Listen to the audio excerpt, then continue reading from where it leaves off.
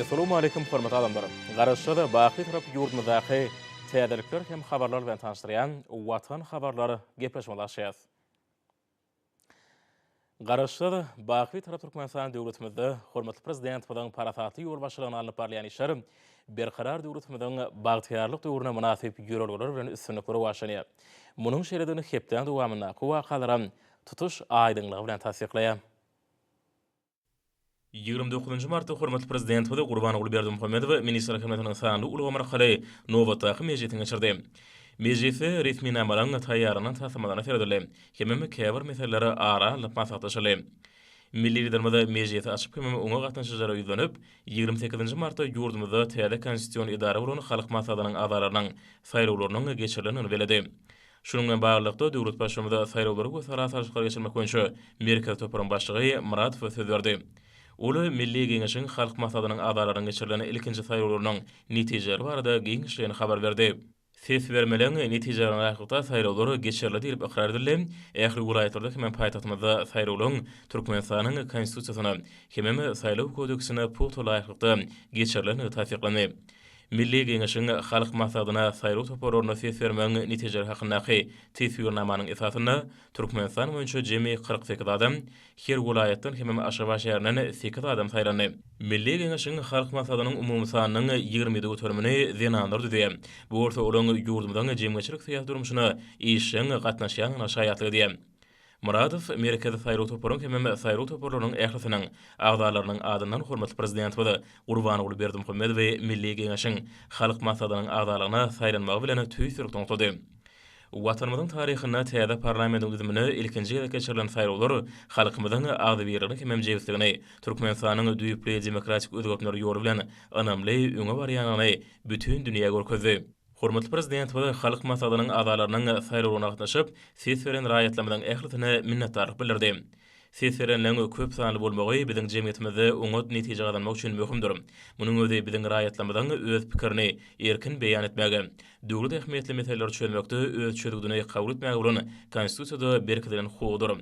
Döwlet başlygynda halk maslahatynyň täze saýlanan agdalaryny saýlawçylaryň anamyny gazanyp, syýasy köpdürlük hem köp partiýalyk şertlerini halkyň wekilleri bolmaklary bilen ýene-de birgede gutlady. Hem munyň iş ýüzünde hakyky demokratiýany beledi. Hormatly prezident we uly önemi edip özüni Türkmenistanyň Milli Geňeşiniň halk maslahatynyň agdalaryna saýlany üçin mehman halkymyza minnetdarlyk bildirdi. Hem muny uly hormat şeride bütün halkymyzyň öňündäki ýokary jogapkärçilik hökmüni kabul edýänini nyktady. Döwlet başlygynda bildirilen anamy ödemek üçin ähli taýlalar etjekdigini, palatalar hem tutuşy Milli Geňeşiň dowly bahary işlemek üçin hemme taraplaryna kömek berjekdigini aýtdy. Soňra hormatly prezident we minister hikmetiniň agdalaryna ýüzlenip mejlisiň ikinji bölügini huwunarlyga, meýete şaglara himayet bermek bilen bagly meselelere bagşlamak barada karara gelenini habar berdi. Biziň haýry işleri amala aşyrýanymyzyň häzirki zamanyň ösüşi hem parahatçylygy gönükdirlerini şygar bilen umumy kökleri bardyr. Şunun özi ata-babalarymyzyň döwletlik görevleriniň tutuş adamlar üçin ähli mumy häsiýetleriniň bardygyny aýan edýär. Sebebi olary adamlary ýaxşy işleňe başyny tutmagy, iň gowy adamkärçilik däplerini eýermäge çagyrýar. Ejidi gollamak, meýetejik himayet etmegen pederlemeden iň naýbaşy adamkärçilik pentleriniň hem däpleriniň biridir diýip hormatly prezident we Gurbanoğlu Berdimuhammedow nyktady. Ata-babalarymyzyň ýyl bilen bolmak, berek-berek kömek etmek, derdi unna derdini, beginen unna şatlygyny paýlaşmak ýöregleri halkymyzyň baý durmuş tejribesinden, nusgalarlyk medeniýetinden habar berýär diýip milli liderimiz sözünde dowam etdi. Hormatly prezidentiň belleşýäli ata-babalarymyz özüniň malyndan, halal gazanjyndan bir sebäp bilen başyny alada aldyrynyny gudaply geçýän adamlar ýa-da ýetim çaglar üçin aýryp goýmagam däbi urupdyrlar. Şeýle etmek bilen olaň aladasyny, agyr gussasyny azyjygam bolsa egismäge çarşypdylar. Bu däpleri häzirki döwrümizde şeýle pederlemeden ejide huwunarlyk etmek däpleri hem hadalary biziň döwlet syýasatymyzda da öz beýan tapýar. Hormatly prezident we bular barada aýtmak bilen şeýle ykbaly adamlar baradaky aladalamydan gerimini hasam giňetmek, olary has göwnüja ýerine ýetirmek üçin ýürüýte haýyr sahawat ganatynyň döredilmeginiň gerekligi barada pikire gerenligini habar berdi. Sebebi ýurdumyň şäherine haýtydyr bir sebäp bilen kömege meýtäç ýagdaýda galan çaglamyda gullyk bermek üçin şeýle gadnanyň ury orny bolar. Biziň döwletçilik täze gadnamyda ata-babalarymyzyň ýürürlerini hakyky iş ýüzüne durmuşa geçirmäge ýardym berer diýip hormatly prezident we sözünde dowam etdi. Şunun bilen baglykda milli liderimiz öz gazanjyndan ilkinji bolup täze döredene haýyr sahawat gatnasyna serişde oýanyny habar berdi. Egerde ejide howsarlyk etmege göwünne we ileşimiz bar bolsa, olaram öz halal gazanjyndan howsarlyk gatnasyna serişde geçirip bilerler. Bu gatna daşary ýurtlar üçin näme açyk bolar diýip hormatly prezident bellädi. Täze döredilän gatnanyň serişleri şol çağılan tölegli saglyk bilim hyzmatlarynyň peýdalanmaklary, münasip diň jarmaklary hemem beýleki zerurluklar üçin gönükdirlip bilinir diýip hormatly prezident aýtdy. Hemem bu karary gol çekdi. Soňra hormatly prezident we mejlisiň başlygy Mehmet Wa söz berdi. Milli parlamentiň ýol başçysy şu ýylyň 28-nji martynda Türkmenistanyň Milli Geňeşiniň halk maslahatynyň azalarynyň saýlawlarynyň üstünlükli geçirilýänine aýratyn bellep, oňy milli demokratiýanyň gazananlarynyň esasynda amala aşyranyny, hemem nowat ahyda halkymyň azy berligine ejebetligini hemem watançylyk duýgusyny eşgär edeni aýtdy. Mejlisiň başlygy hormatly prezident we bu möhüm waka bilen şeýlede halk maslahatynyň azalygyny saýlanmagy bilen tüýsürükden otlap, döwlet başçylygy üçin saýlawçylaryň ýüzi götürmegine ses berenini bellädi. Hormatly prezident bilen ataba we deplemede eýrip haýyr sahawat gatnasyny öwretmek bardaky başlangyjyny mejlisiň deputatlary dogry gollaýarlar. Geljegimiz buny ýaş nesillemeden kime taraplaryny kadry üstüni üpşinetmek bardaky aradalan ählisy milli liderlerden alyp barýan insan perwer işler bilen aýrylmaz baglanşykdyr.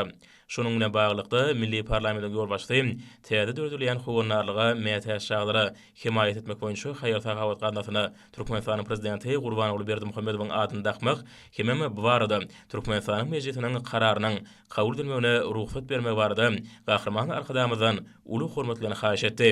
Soňra ministrlik kabinetiniň başlygynyň ornatary Daşary işler ministri Meret söz berdi. Olu döwlet başçylygy Milli Geňeşiň halk maslahatyna geçirilen ilkinji saýlawlaryň üstünlükli hemem täze parlament düzümine saýlanmagy bilen tüýsürükden otdy. Hemem bu möhüm jemgyçilik syýasy möhümüň şeýle ýurdumyzda iki palataly parlamentiň döredilmeginiň biziň jemgyýetimizden hakyky halk häkimetlik däplerine ıgrarlygyny tasdiklaýan anlataly. Yurdumdan diplomatik toplumynyň milli liderimiň atyny howunlaryna mätäş şaglary kömek hemem gollap bermek üçin haýyr sahawat gatnasyny öwretmek bardaky çözgüdüniň dogry gollanýany aýdyldy. Bu çözgüdüň hormatly prezident bilen ýaş Türkmenistanyň bagtyýa durmuşy bardaky kemişelik atalyk aradasynyň nowatdaky subutnamaty da unutaly. Milli liderimiň asly başlanýaryň Türkmenistanyň tarapyndan dogry gollanjakdygy hemem daşary ýurtlarda uly gyzyklarmy döretjekdi görüňsizdir. Çünki döredilýän gatna daşary ýurtda hyzmatdaşlar üçin hem açyk bolar. Şunun bilen baglykda gatna Türkmenistanyň prezidenti Gurbanoğlu Berdimuhammedowyň adyny dakmak baradaky teklibiň gollanýany aýdyldy.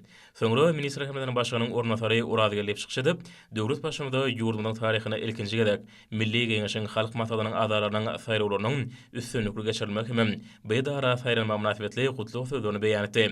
Şeýle ýurdumyzda ata-babalarymyzdan gelýän insan perwerlik, ýagşy niýetlilik hemem birek-birege gollap bermek ýollaryny ösdürmäge, olary ilatymyň arasynda esasan ýaş nesilmede wagan etiqad etmek meselesine aýratyn ornuny berilýäni belländi. Hormatly prezident bilen ýurdumyzda şaglar üçin haýyr sahawat gatnasyny öwretmek baradaky teklibini owsana toplumynyň ähli işgärläriniň gollaýany aýdyldy.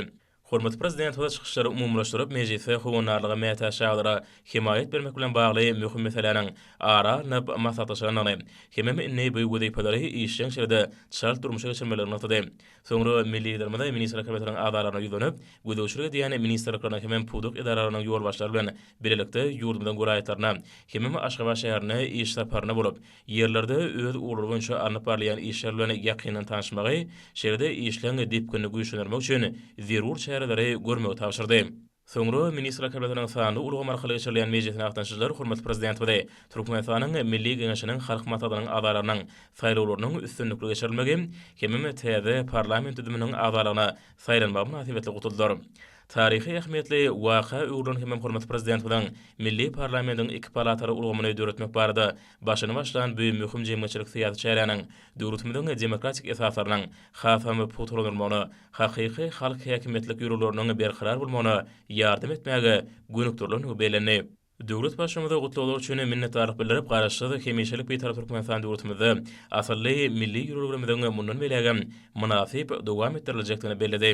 30 martda hormatly prezident we Gurbanoğlu Berdimuhammedow we Türkmenistana saýlawlary salat aşkary geçirmek boýunça Merkel toparyň başlygy Muradow Milli Geňeşiň halk maslahatynyň agalarynyň şahsiýetnamasyny oşurdy.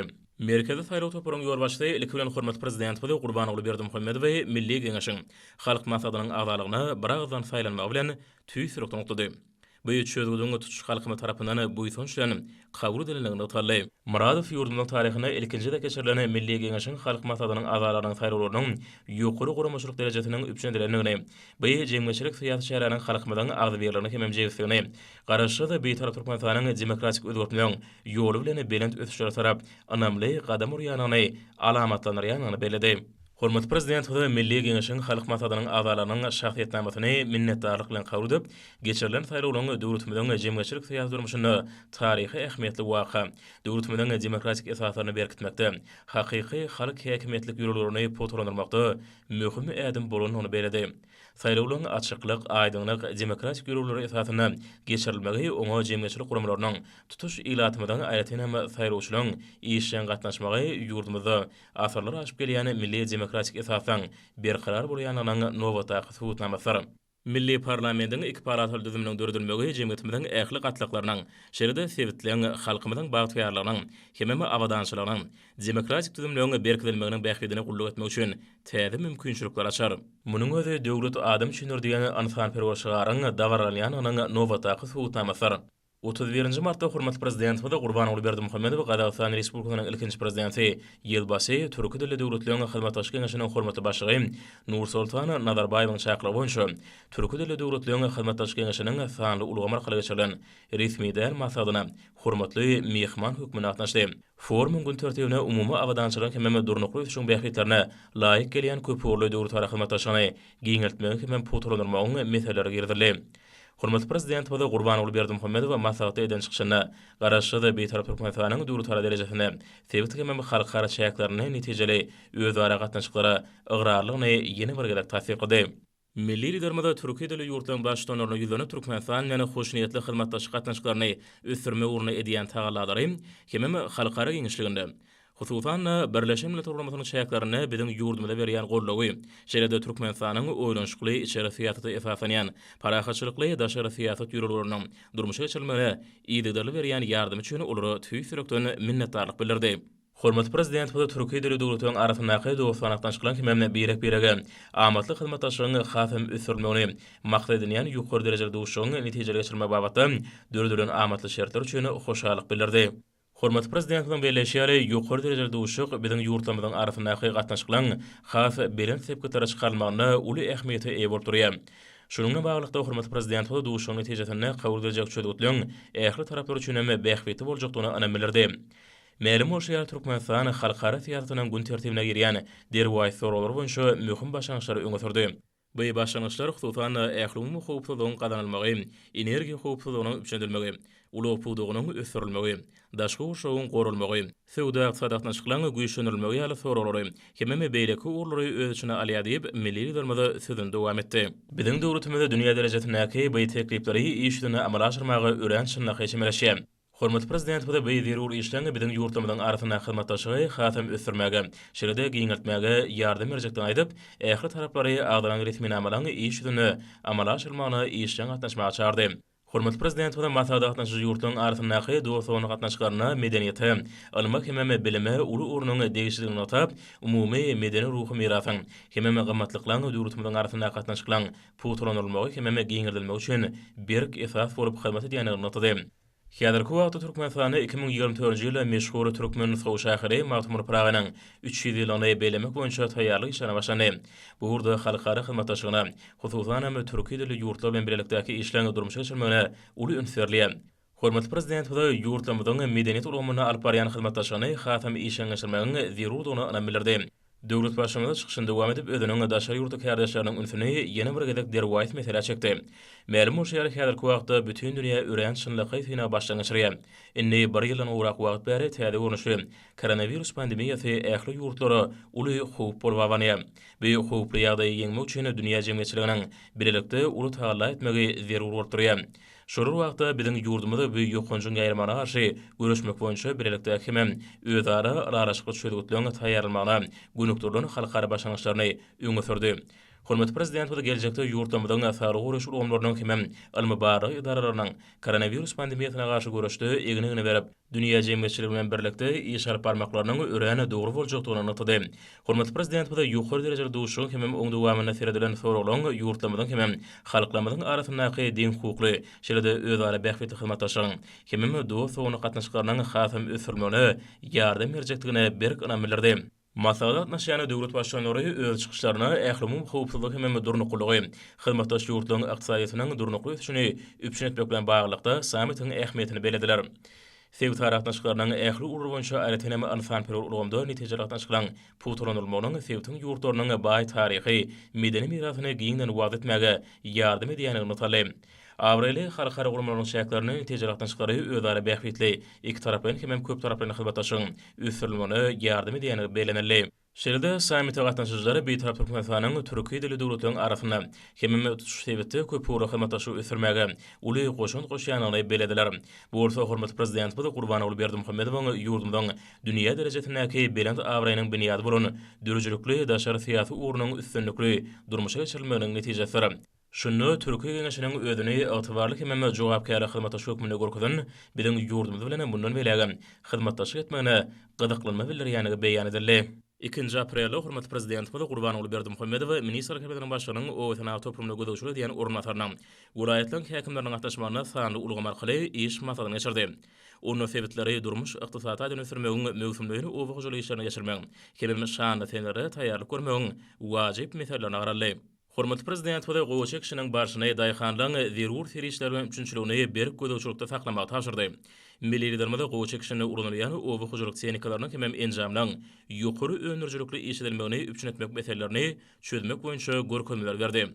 Hormatly prezident we ýurdumyzda azyk üçünçiligini putulandyrmagy hemem buğdaýyň bol hasylyny ösdürip ýetişdirmäge aýratyn ünsürmäge şu maksat bilen welaýatyň buğdaý meýdanlaryna ösüşdigini tutmak hemem mineral dökümler bilen iýmetlendirmek boýunça işleň depkini güýçlendirmegiň zerurdygyny beledi.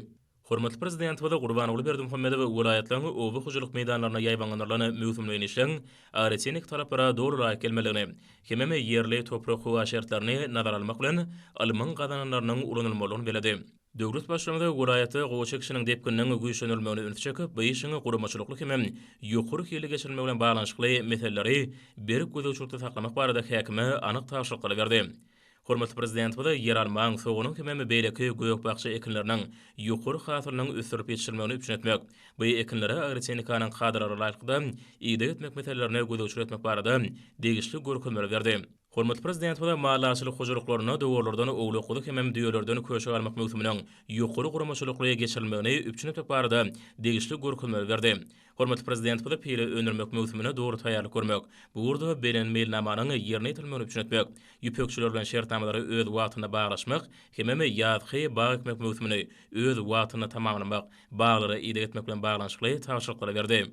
Döwlet başlygynda Türkmenistanyň prezidentiniň ýurdumyzda 2019-2025-nji ýyllarda durmuş ykdysata dönüşdirmek maksatnamasyny, hemem owy milli maksatnamasyny durmuşa geçirmek şäherlerini meýilleşdirilýän işleri öz wagtyna ýerine ýetirmegiň zerurdygyny atyp, garaşdyrylmyň 30 ýyla münasibetli urunmagy berjek desgalam guruluşlaryny ýokary hili, hemem beýlenen möhletyny tamamlamagynyň wajypdygyny aýdyp, bu babatda birnäçe anyk tapşyryklar berdi. Hormatly prezident we hatabat dinläp, owatana toplumynyň ösürülmegine gönükdirlen döwlet maksatnamalaryny ýygydarly amala aşyrmagyny möhümdigini çekip, bu urda alınıp barlayan işleň depkinlerini güýçlendirmegiň şugynyň möhüm wezipetini beledi. Hormatly prezident we ata watanymyzyň mukaddes garaşdygynyň şöhratly 30 ýyla münasibetli Türkmenistan parahatçylygyň we anaşmagyň watanyşy almagyň geçen ýylda meýilleşdirilýän ähli çäreleň berkarar döwletimizden bagtýarlyk döwrüniň ruhuna laýyk gelmeligini atyp, öňde bolan möhüm wezipeleri oňun çözmek üçin ähli taýlalaň edilmeligini beledi. Hepden dowamyndaky möhüm wakalar hormatly prezident we ýurt bähbetli işleriniň rowaşanyanyny watanymyzyň ähli babatlarda ýokary depkinlerde ösýänligini äşkär etdi. Türkmenistanyň Alimler Akademiýasyna hemem Batmuradyň näki ýaşar uramasynyň merkezi ýaşanyň ýanyndaky ýaş alimler merkeziniň birlikde uramaklaryny sanly ulgam arkaly okuw maksaty geçirilip, oly işiň häsiýeti boldy. Türkmenistanyň Alimler Akademiýasynyň hemem ýaşlar uramasynyň merkezi geňeşiniň ýanyndaky ýaş alimler merkezi tarapyndan ykdysadyň pudoklary üçin ilmi işgärleri hemem ýokary derejeli hunermenler taýýarlamakda Yaş alimler geňeşleriniň orna atly video maslahatlaryň meýilnamasy esasynda Türkmenistanda alimy ösdürmek boýunça döwlet maksatnamalaryna kesgitlenen wezipeleriň yerine ýetirilmegine yaş alimlaryň orna atly Yurdumyzyň ähli ýokary okuw mekdepleriniň yaş alimler geňeşleriniň hemem köpçüliklerin habar berişde ýeşleriniň wekilleriniň gatnaşmagyna online maslahat geçirildi. Onu mawtumly pragynyň döredejligini sany tehnologiýalar arkaly öwrenmek meseleleri hakynda Yurdumyzyň milli ykdysadyny ösdürmekde döwrüwap ýokary bilimli himik hunarlary taýýarlamaň orny barada. Türkmenistan, UNESCO türkmen halkynyň taryhyny öwrenmek, milli gymmatlyklaryna hasaba almaň özara hyzmatdaşlygy hakynda Yurdumyzyň ykdysady ösüşini, alymyň we tehnologiýanyň ösüşini, himia sanatyna degişli alma barlyk işleri, halkyň medeniýetini, sunuwatyny, däp-desturlaryny, taryhy we edebi mirasyny öwrenmek bilen bagly çykyşlar guruldy. Berqarar döwletimizin bagtýarlyk döwrüne ajaýyp zamanamyzyň beýik mugallimi, gahrman arkadamyzyň ýolbaşçylygyna Yurdumyzyň alym jemgyýetçiliginiň ýaş wekillerine dörejilikli zähmet çekmegi, öňdebarjy tejribeleri özleşdirmegi, bäsäş we ukyply, netijeli almy işleri alyp barmak üçin giň mümkinçilikler döredilýär. Mehriban arkadamyzyň ýardym bermegi bilen Alimler Akademiýasynyň hemem ýaşlar guramasynyň merkezi geňeşiniň ýanynaky ýaş alimler merkezi tarapyndan ýurdumyzyň ýaş alimlarynyň hemem oýlap tapyjylarynyň işçiligi ýurdumyzyň ykdysadyýatynyň ösdürilmegine gönükdirilýär. Sportun dürlü uğrur boyunca yayvanlanırlayan yarışlar şanlı teneleğine davaralar bilen koşuyor. Türgünlüğün yeňşe bolan anamy yarışlaryň öz borçly bedegine uğurluyor. Stolun üstünde oynalayan tenis boýunça Aşgabat şäheriniň çempionaty tälimçileriň ulukdyklanmasyna eýe boldy. Yurdumyzyň sport we ýaşlar teatry ministrliginiň meýilnamasyna laýyklykda Aşgabat şäheriniň döredilmeginiň 140 ýyllyk münasibetli geçirilen ýarış uswatlaryň ýüze çykmagyna mümkinçilik berdi. Çekileşli häsiýet tebessinen bäseşik tejribe toplamakda ähmetlidir. Häzirki ýaş türgünler bilen halkara oýunlaryna taýýarlanyň öz boşly tapgyrdyr. Dürli ýaşlaryň ýygydaly geçirilmegi ýurdumyzda sporty ösdürmek bilen birlikde raýatlarymyzyň sport höwüsini has tartyrýar. Sportyň bu görnüşiniň barha meşgullygy eýe bolmagy aýratyn belliliklidir. Belli bir derejede kämilleşmegiň peýdary uğruna öwürleýän sport bäseşikleri her bir türgüniň başarmagyny kesgitlemekde möhümdir. Ýokary netijeleri gazanmak ýaşlaryň esasy wezipesine urlýar. Çekileşlik häsiýete eýe bolýan sport bäseşikleri türgünleriň tejribeleriniň artmagyna ýardam edýär. Gadakly häsiýete beslenen ýaş kämilleşmek babatda öz boşly mektebe urly. Aşgabat şäheriniň sport we ýaşlar teatry baş müdiriýiniň guramagyna ýarış geljegine umyt bildirilýän türgünleriň köpdigini äşkar etdi. Ýarış sportyň bu görnüşiniň barha meşgullygy eýe bolýanyny görkezdi. Bu ýagda ýurdumyň sport älimindäki awrynyň ýokardan alamatlanyrýar. Munyň özi hormatly prezidentimiň sport ulgamyna amala asyrýan özgertmeleriniň üstünlikleri beslänýändigine şaýatlyk edýär. Tejribe toplamagy uly mümkinçilikleri döreden bu ýarış türgünlerimiz üçin halkara bäsesliklerine taýýarlanan öz boşly tapgyryna urly. Her bir türgüniň ýeňişe bolan ihlasy ýaşyň gadakly bolmagyny üpçün etdi. Ýaşlaryň ýygydaly häsiýeti adamlaryň saglygyny berkitmekde, sporty köpçüliklerin beden terbiýany etdirmekde ören uly ähmiýete eýe bolýar. Soňky ýyllarda türkmen ýaşlarynyň arasynda sportyň bu görnüşi işçiň ösdürilýär bol, aýratyn meşgullygy eýe bolýar. Mehriman akadamyzyň belleşi ýaly sport ählumumy parahatçylygy döwletleriň hemde halkaryň arasyndaky dostluk gatnaşyklaryny we netijeli hyzmatdaşlygy potulanyrmagyň möhüm şerti bolup durýar. Sportyň sagdyn jemgyýeti kemale getirmekde, ýokary netijeleri gazanmakda ähmetli orny eýilýändigini durmuş aýdyn görkezýär.